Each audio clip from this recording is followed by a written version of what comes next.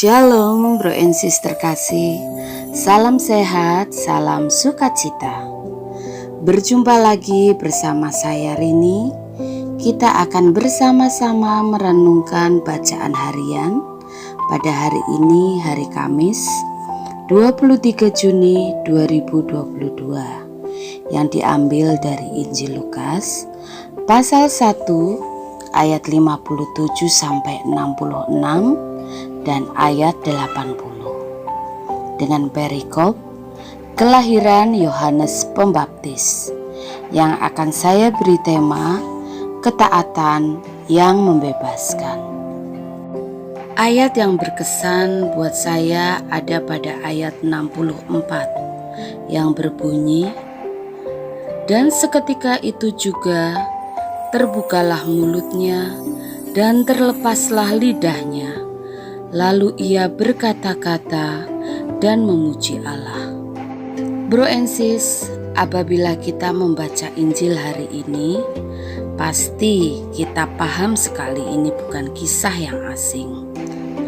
Pada ayat sebelumnya, ketika Sakaria menerima pemberitahuan kelahiran Yohanes anaknya, ia tidak percaya. Ia meragukan Tuhan, dan akibatnya ia menjadi bisu selama kehamilan Elisabet.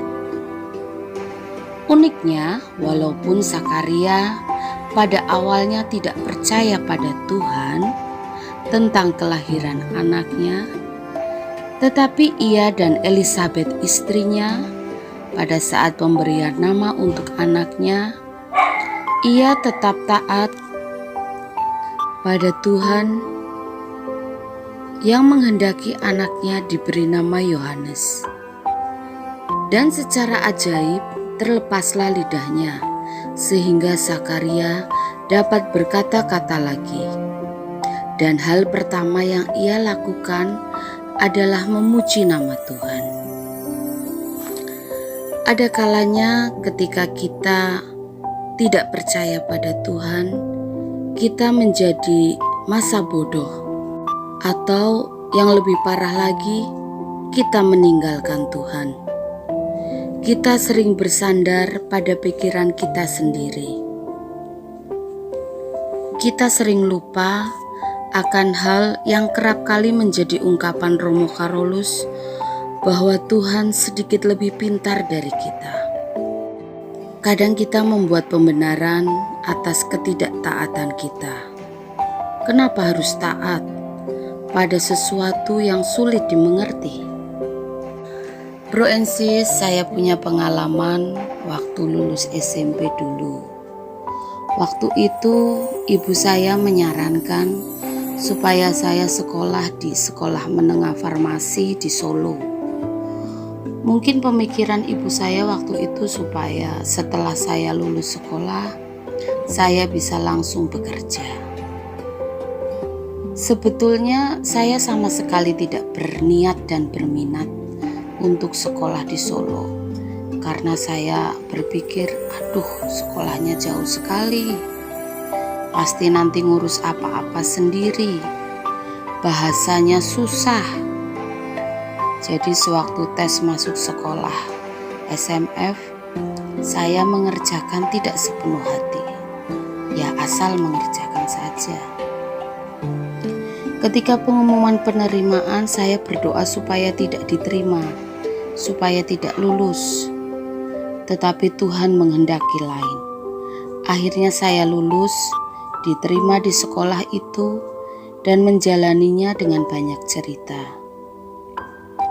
Baru setelah saya bekerja cukup lama, saya baru ngeh, oh ini toh maksud Tuhan, supaya saya bisa menjadi berkat bagi orang lain, bisa membantu orang lain ketika ditanya tentang obat-obatan. Sampai teman saya ada yang bilang, lumayanlah punya teman yang dokter abal-abal. Pertanyaan refleksi buat kita bersama, sudahkah kita belajar taat pada Tuhan tanpa mempertanyakan? Apakah kita selalu acuh pada kehendak Tuhan? Marilah berdoa. Dalam nama Bapa dan Putra dan Roh Kudus. Amin. Bapa yang baik, kami bersyukur mempunyai Bapa seperti Engkau. Rencanamu selalu indah dan terbaik buat hidup kami. Ajar kami untuk selalu taat padamu dalam segala situasi hidup kami. Amin. Dalam nama Bapa dan Putra dan Roh Kudus. Amin. Terima kasih Bro and Sis. Berkah dalam.